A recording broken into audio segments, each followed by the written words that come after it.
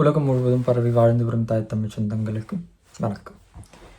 இந்த காணொலி நம்ம எதை பற்றி பார்க்க போகிறோம்னா 21 ஒரு 9 வயது சிறுமியை ரேப் பண்ணி 2 நபர்கள் கொலை செய்திருக்கிறார்கள். அவங்க 2 பேரையும் கைதும் பண்ணிட்டாங்க. சிசிடிவி கேமரா அடிப்படையாக வச்சு கை கால் உடைச்சிருக்காங்க. I'm really happy for that. And எவ்வளோக்கு சீக்கிரமாக அவங்களுக்கு டெத் பெனல்ட்டியை வாங்கிட்டு வந்து கொடுக்க முடியுமோ அவ்வளோக்கு சீக்கிரமாக டெத் பெனல்ட்டியை வாங்கிட்டு வந்து கொடுங்கன்றது எங்களோட கோரிக்கையாக இருக்குது. அந்த இன்சிடெண்ட்டை பற்றி நான் இன்டெப்த்தாக உள்ளே போக விரும்பலை. எனக்கும் மனசு கேட்கல அதை பார்த்ததுலேருந்து. எங்கள் அண்ணா அதை பற்றி ஒரு வீடியோ போட்டிருப்பாரு, நான் கீழே அட்டாச் பண்ணுறேன். நீங்கள் ஃபுல் வீடியோவை போய் பாருங்கள், உங்களுக்கு வந்து ஒரு கிளியர் அண்டர்ஸ்டாண்டிங் கிடைக்கும் அவர் என்ன பேசுகிறாருன்ட்டு. நீங்கள் அதை பார்த்துட்டு வந்துருப்பீங்கன்னு நம்புகிறேன். முழு வீடியோவை உங்களுக்கு வந்து ஒரு நல்ல அண்டர்ஸ்டாண்டிங் இருக்கும். இப்போ வந்துட்டு நான் மெயின் கண்டென்ட்டுக்கு வரேன். இப்போ நம்ம 2 நாள் முன்னாடி ஒருத்தனை பற்றி பேசியிருப்போம், சார்லன்னு ஒரு தம்பி. அந்த தம்பிகிட்ட நம்ம 2 கேள்வி வச்சோம். ஒரு கேள்வி தான் வச்சேன், யார்ப்பா தமிழர்னா அந்த கேள்விக்கு பதில் இல்லை. அது பேர் என்னது, மரியாதை குறைவாக உரிமையில் பேசாதுன்னு சொன்னோடனே ஓரளவுக்கு குறைச்சிருக்காப்புல. ஆனால் அவர் வந்துட்டு சவுக்கு சங்கரை வந்துட்டு உரிமையில் பேசுகிற நீ பேசிட்டு போன பிரச்சனை கிடையாது, எங்கள் அண்ணனை பேசாத வரைக்கும் சரி, தமிழ் தேசியவாதிகளாகி எங்களை பேசாத வரைக்கும் சரி. ஏன்னா நாங்கள் வந்து தமிழ் தேசியத்துக்கு தான் போராடுறோம், திராவிடத்துக்கு சப்போர்ட் பண்ணலாங்கள மாதிரி, சரிங்களா? ஸோ கொஞ்சம் கம்மி பண்ணியிருக்கேன். அது போக துரோகின்னு சொல்கிறீங்கப்பா தம்பி, நீங்கள் அதை குறைச்சிக்கோங்க. துரோகின்னு சொல்லணும்னா திருப்பி நான் எக்ஸ்போஸ் பண்ண வேண்டிய கட்டாயத்துக்கு தள்ளப்படுகிறேன். யாருப்பா துரோகி? உங்கள் கட்சியின் ஒருங்கிணைப்பாளர், தலைமை ஒருங்கிணைப்பாளர் போயிட்டு பராசக்தி படத்துக்கு முட்டு கொடுத்து பேசியிருக்கிறாரு. பராசக்தி படம் என்னத்தை பேசுது? தெலுங்கர்கள் வந்து தமிழர்களுக்கான உரிமையில் கூட சேர்ந்து போராடினானுங்க பேசுது. என் படமாக பாருங்கள் தம்பி. ஆல்ரெடி பொன்னியின் செல்வன்னா பாதி பேர் அது வரலாறுன்னு நினச்சி பேசிக்கிட்டு இருக்கான். நம்ம போய் சொல்ல வேண்டியதாக இருக்குது, எப்பா இது வந்து புனையப்பட்ட கதைன்ட்டு. பாதி பேர் அதை வந்துட்டு நிஜ வாழ்க்கையில் நடந்ததுன்னு நினச்சிட்டு இருக்கான். இப்போ இதை விட்டுரும், இன்னும் 30 வருஷம் போகுது. 30 வருஷம் கழிச்சு போனதுக்கப்புறம் பராசக்தின்ற பாருங்கள், ஒரு டாக்குமெண்டேஷன், ஒரு படம் இருக்குது. இதுக்கு பாருங்கள், சீமான் வர போய் முட்டு கொடுத்துருக்காரு, தமிழர் உரிமைக்காக தெலுங்கன்னு சேர்ந்து போராடினா.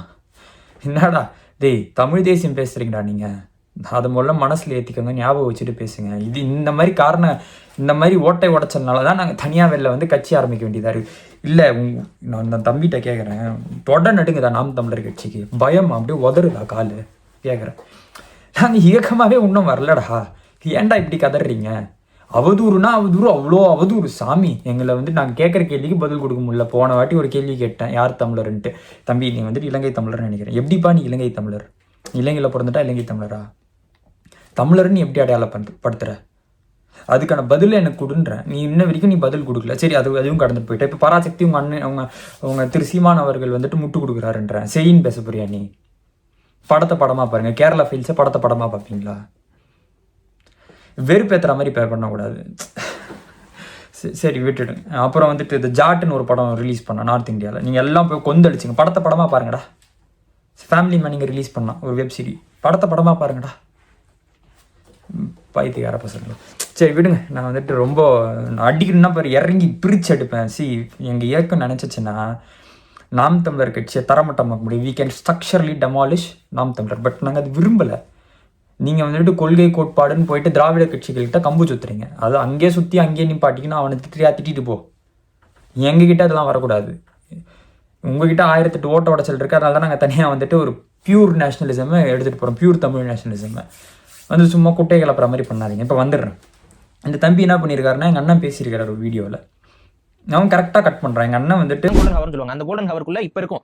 அந்த கோல்டன் ஹவருக்குள்ள நீங்கள் எல்லா சாட்சியங்களும் சரியாக அதில் கவனம் செலுத்தணுங்கிற நான் அதில் தான் மக்களும் கவனம் செலுத்த வைக்கணும். இப்போ மக்கள் நீங்கள் என்ன பண்ணுறோம் அப்படின்னா டைவர்ட் பண்ணுறீங்க. மக்கள் டைவர்ட் பண்ண ஆரம்பிச்சிடுறீங்க.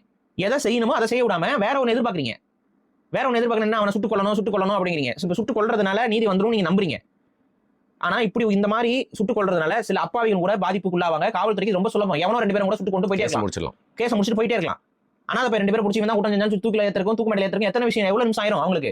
ஒரு திருட்டு கேஸுக்கோ ஒரு கற்பழிப்பு கேஸுக்கோ அப்பாவிகளை பிடிச்சி துப்பாக்கியில் சுடுறதுக்கு எத்தனை நிமிஷம் ஆயிரும்? இவன் தாங்க பண்ணா, நாங்கள் சுட்டவங்க, அவன் செத்துட்டாங்க, ஓட முயற்சி பண்ணாங்க, சுட்டவங்க செத்துட்டாங்க. எத்தனை கேஸ் அந்த மாதிரி மூடிருக்காங்க தெரியுமா? இதுல பாதிக்கப்படுற எத்தனை பழங்குடி மக்கள் இருக்காங்க தெரியுமா? அவங்களுடைய தரப்பு கதைகளை நீங்க கேட்டிருக்கீங்களா? யோசிச்சு பாருங்க. அதாவது ஏற்க முடியாத குற்றத்தை செஞ்சாங்கிற மாதிரி பொய்யா எந்த தப்பு செய்யாத அப்பாவியில கொண்டு வந்து ஒருத்தனை கொள்றானா, அவன் எவ்வளவு பெரிய விக்டிமாங்க. ஸோ இதெல்லாம் கொஞ்சம் யோசிச்சு பார்க்கணும். இது எல்லாத்தையும் மனதில் வச்சுட்டு தான் மக்கள் வந்து என்ன கோரிக்கை நம்ம வைக்கிறோம்னு பார்க்கணும். நம்ம வைக்க வேண்டிய கோரிக்கை என்னன்னா, விஜய் அவர்களுடைய அரசாங்கம் ப்ராப்பரான சார்ஜ் ஷீட்டை ஃபைல் பண்ணி ப்ராப்பரான தண்டனையை விரைவாக வாங்கி கொடுப்பதற்கான அத்தனை ஒத்துழைப்பையும் செய்யணுங்கிறத நம்ம சொல்றோம். இந்த குற்றவாளிகள் நழுவி விடக்கூடாதுங்கிறத தான் நம்ம இங்க ஆணித்தரமாக சொல்றோம் ஒழிய அவர்களுக்கு உச்சபட்ச மரண தண்டனையை பெற்றுத்தர வேண்டிய பொறுப்பு விஜய் அவர்களுக்கு இருக்கு. சரி, விஜய் அவர்கள் நினைச்சா அதை செய்ய முடியும். ஸோ அவர் அதை செய்யணும்னு நம்ம கேட்கணும். இல்ல இப்போ இந்த சுட்டுக் கொள்வது தீர்வல்ல. இப்போ ஒருத்தன் குற்றம் செய்யறானா அவனை சுட்டு கொள்ளாதீங்க, அது தீர்வு கிடையாதுன்ற மாதிரி சொல்லியிருப்பாரு. அவர் ஏன் அதை சொல்ல வந்தாருன்னா, for an example, encounter is the சொல்யூஷன்ற மாதிரி ஆயிடுச்சுன்னா அதை சட்டமாக்கிட்டு பண்ணுங்க. ஒருத்தனை தலையை வெட்டி கொலை பண்ணணுமா, அது சட்டமாக்கிட்டு பண்ணுங்க. அதுங்க என்ன பேசியிருப்பாரு, அதை நான் கீழே போடுறேன் பாருங்க, சரிங்களா? இப்போ வந்துட்டு ஒருத்தனை வந்துட்டு சுட்டுக் கொள்றது தான் தீர்வுன்னு ஆயிடுச்சுன்னு வைங்களேன்.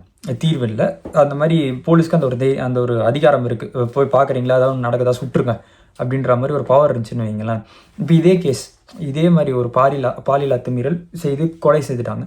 ஒரு பணக்காரன் செஞ்சுருக்கான், அவனை போய் பிடிக்க முடியாது. ஒரு எம்எல்ஏவோட பையன், எம்பியோட பையன், சிஎம்மோட பையன் செஞ்சுருக்கிறான், போய் பிடிக்க முடியாதுன்னு வச்சுக்கோங்க. போலீஸ் என்ன பண்ணும்? போலீஸ்க்கு தேவை கேஸை க்ளோஸ் பண்ணணும். ஏதாவது ஒடுக்கப்பட்டவங்களை பிடி, இல்லை எங்கே போயிட்டு வர முடியாதவங்களை பிடி, சூடு, அனாதியை பிடி, சூடு. நாங்கள் அவன்கிட்ட விசாரிக்க போனால் எங்களை தாக்கி எஸ்கேப் ஆக ட்ரை பண்ணால் சுட்டும் செத்துட்டான். என்னங்க ப்ரூஃப்? இப்போது இந்த மாதிரியான கேஸ்க்கெலாம் death is the only solution. Death penalty கொடுத்தே ஆகணும், சட்ட ரீதியாக கொடுக்கணும். ஏன் சட்ட ரீதியாக கொடுக்கணும்னா, சட்ட ரீதியாக போகும்போது என்ன ஆகும்னா, it goes behind many process. இப்போ நீங்கள் ஒருத்தனை தூக்கு மேடைக்கு ஏற்றணும்னா அது வந்துட்டு, இப்போ நான் சொல்கிறது இவ்வளோ பெரிய ப்ராசஸ் ஆகுது, இப்போ லேட் ஆகுமே பண்ணுவீங்க.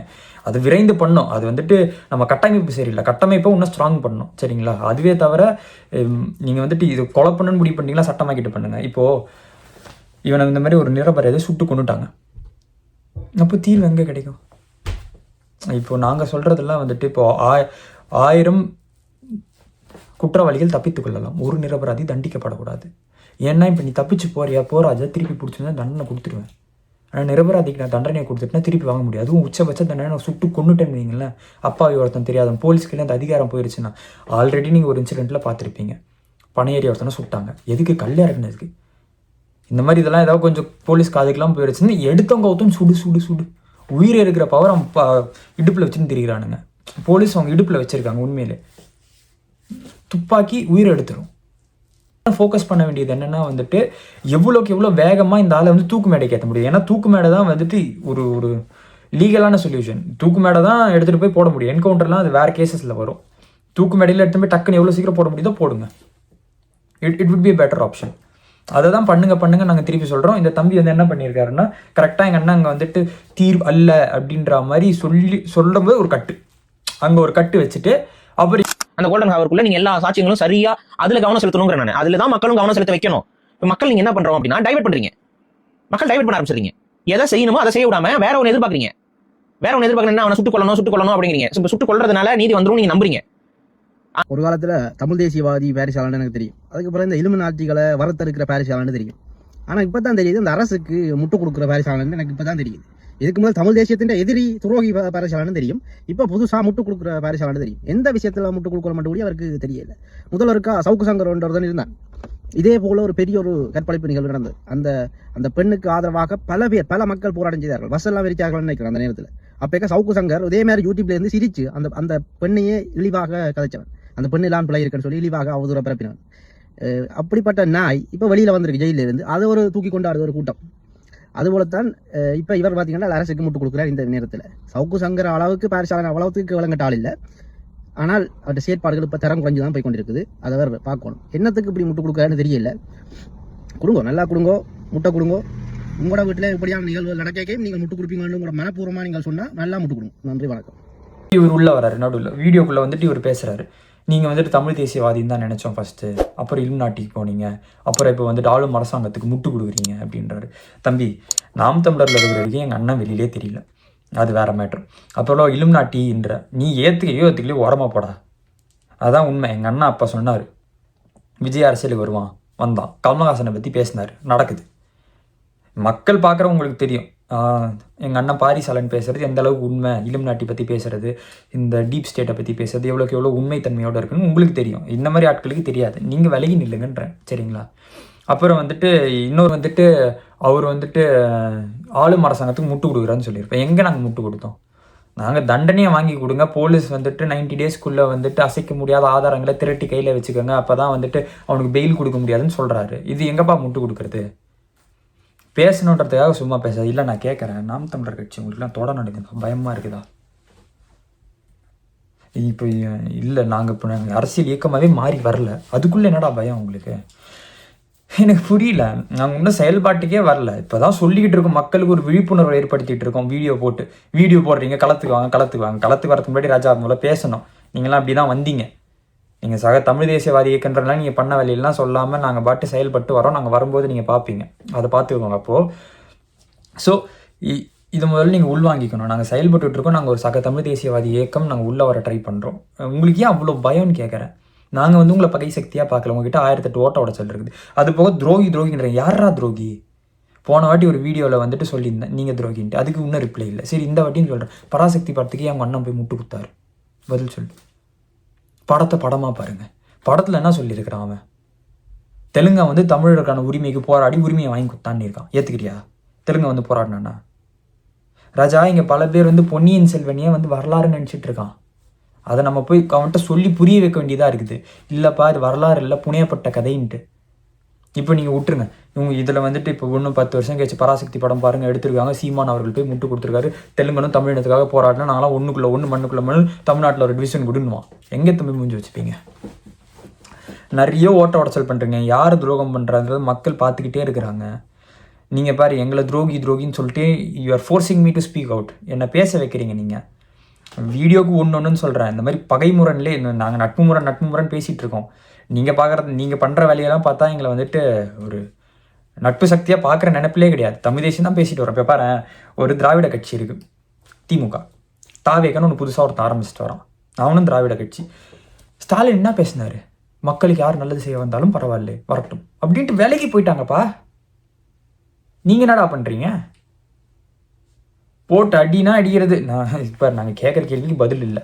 உங்கள்கிட்ட 1008 ஓட்ட உடச்சல் தமிழர் யாருன்னு கேட்டோம், பதில் சொல்ல முடியல. இந்த மாதிரி இப்போ தேவையெல்லாம் முட்டு கொடுக்குறீங்கன்றீங்க. இதுக்கு தான் விட்டு நாங்கள் வெளில வந்தது. எங்களை செயல்பட விடுங்க, நாங்கள் வரோன்றல. அதுக்குள்ளே பயம் உதறுதா கால்? நாங்கள் கேட்குற கேள்விக்கு பதில் சொல்ல முடியலையா? உங்களுக்கு எதுக்கு அரசியல்னு கேட்குறேன். ஒரு கருத்தை எதிர்கொள்ள முடியல, ஒரு கருத்தாக மோத தெரியல, அவதூறு பரப்புறது எதுக்கு உங்களுக்கு அரசியல்? அப்படியே ஒரு கட்டு வச்சுட்டு இவர் பேசுகிறாரு, இலும் நாட்டி பற்றி பேசுகிறாரு, அதை பற்றி பேசுகிறாரு, இதை பற்றி பேசுகிறாருன்ட்டு. தம்பி உன் பிரச்சனை என்னப்பா? வெட்டி ஒட்டி பரப்பணும், அதில் கொஞ்சம் காசு சம்பாரிச்சுக்கணும், லைக்ஸ் வாங்கிக்கணும். அந்த வீடியோ ஃபுல்லாக தான் போட அவ்வளோ தைரியமான ஆள் தானே நீ தான் வீராதி வீரன் சூராதி சூரன் இல்லை. இந்த வீடியோ ஃபுல்லாக போட்டு பேசு. உனக்கு இருக்க கருத்தை வீடியோ கீழே உட்காந்து சொல்லிக்கினே வா. ஏன் கட் காப்பி பேஸ்ட் வெட்டி ஒட்டி பரப்புறது? இந்த வேலையை நிப்பாட்டுங்க. இந்த மாதிரி வேலையை பண்ணிகிட்டே இருக்கிறதுனால என்ன நடக்கும்னா, நான் திருப்பி ஒரு வீடியோ போட்டு எக்ஸ்பிளைன் பண்ணிட்டு போயிடுவேன். அம்பலப்பட்டு போயிடுவீங்க. நாம் தமிழர்னாலே இந்த மாதிரி தான், நாம் தமிழர்னாலே இந்த மாதிரி தான்ட்டு ஆல்ரெடி எக்ஸ்போஸ் ஆகிட்டீங்க. நீங்களாம் நான் ஃபோர்ஸ் பண்ணுறீங்க உங்கள் கட்சிக்கு எதிராக பேச வச்சு. நான்லாம் பேசக்கூடாது, விலகி போயிடணும் தான் நினைக்கிறேன். நேற்று வீடியோ போட்டேன், அதில் கொஞ்சம் மரியாதையாக பேசுகிறீங்க. துரோகின்றீங்க. துரோகிக்கு இன்றைக்கி இன்னொன்று எடுத்துன்னு கொடுத்துட்டேன். மக்கள் பார்க்குறாங்க, அவங்க முடிவு பண்ணிப்பாங்க யார் இதெல்லான்ட்டு. இது மாதிரி எக்ஸ்போஸ் ஆகிட்டே இருக்கீங்க. எங்கள் இயக்கத்தை அடிக்கிறேன்ற பேரில் எங்களை தான் நீங்கள் வளர்த்து விட்றீங்க. உண்மையும் நேர்மையும் எங்கள் பக்கம் தான் இருக்குது. நீங்கள் அப்படிலாம் இல்லை, களத்துக்கு வாங்கலாம். மக்கள் பார்த்துட்ருக்காங்கப்பா. நாங்கள் வரும்போது பார்ப்பீங்க. எங்கள் கருத்தியிலே உங்களால் எதிர்கொள்ள முடியல, நீங்களாம் எப்படி எங்கள் செயல்பாடை எதிர்த்து நிற்பீங்க? இப்போ நாங்கள் கேட்குற கேள்விக்கு உன்னால் பதில் சொல்ல முடியல. எங்கள் செயல்பாட்டில் நீ என்னப்பா ஓட்ட உடச்சல் கண்டுபிடிப்ப? உன் கருத்தே சரியில்லை. நான் விலகி போனேன்னு பார்க்குறேன். நாம் தமிழர் தமிழருக்குன்னு அதை சொல்ல விரும்புகிறேன். நாம் தமிழர் கட்சி தம்பிகள், அண்ணன்மார்கள் எல்லாரும் ஒரு விஷயத்தை உள்வாங்கிக்கோங்க, உணர்ந்துக்கோங்க. நம்ம இனத்துக்கு இருக்க மிகப்பெரிய பிரச்சனையே தன்னின பகை. ஒருத்தன் வளரதை பார்த்தா இன்னொருத்தனுக்கு பிடிக்காது, பிடிச்சி காலை வரி கீழே இறக்கி விடுன்னு நினைக்கிறது. இந்த மாதிரி தான் சேர சோழ பாண்டியன்குள்ள 3 பேர் அடிச்சுட்டு இருப்பாங்க. வெள்ளைக்காரன் நான் அவனுக்கு சப்போர்ட் பண்ணுறேன், ஒருத்தனை போடு. அப்புறம் நான் உனக்கு சப்போர்ட் பண்ணுறேன், இன்னொருத்தனை போடு. மீதி இருக்கணும்னா வெள்ளைக்காரன் போட்டு போயிடுவோம். இத்தகைய செயல்கள் தமிழக வரலாற்றில் திருப்பி நடக்கக்கூடாதுன்றதுக்காக நான் உங்களை விட்டு விலகி வந்துட்டுருக்கேன். அடிக்கக்கூடாது, வந்துடுவோம், வேணாம் வந்துடுவோம். இல்லை நாய் தன் வாயால் கெடும்ன்ற மாதிரி என் அடியின் வாலண்டியராக இழுக்கிறீங்கன்னா இழு. அவதூறு பரப்பு. யார் எக்ஸ்போஸ் ஆக போகிறா கடைசியில்? இப்போ நாங்கள் அடுத்து இயக்கம் ஆரம்பித்து நாங்கள் அரசியல் பாதைக்கு தான் வரப்போகுது. நாங்கள் வருவோம். இன்னும் அடுத்த எலெக்ஷனோ அதுக்கு அடுத்த எலெக்ஷனோ இப்போ 4% நாங்கள் நின்றுட்டு எங்களையும் பார்க்குறாங்க. என்னப்போ நடக்கும்? நாங்கள் வந்ததுலேருந்து பாயிண்ட் பை பாயிண்ட்டாக பேசுகிறவங்க கிட்ட பதில் கூட கிடையாது. ஆல்ரெடி 4% வந்து அழுதிட்டு இருக்கீங்க. ஐயோ இன்னும் மக்கள் ஒரு 10% எக்ஸ்ட்ராவாக போட்டிருக்கலாமே, ரொம்ப மன வருத்தமாக இருக்குது, ரொம்ப எளிய பிள்ளைகள் கஷ்டப்பட்டுட்டோம், 2% 4%ஓடு நிப்பாட்டிட்டீங்களே, போன மாதிரி 8% கொடுத்துருக்கலாமேன்னு அழுதிங்க. நாங்கள் வந்ததுக்கப்புறம் 4 2000.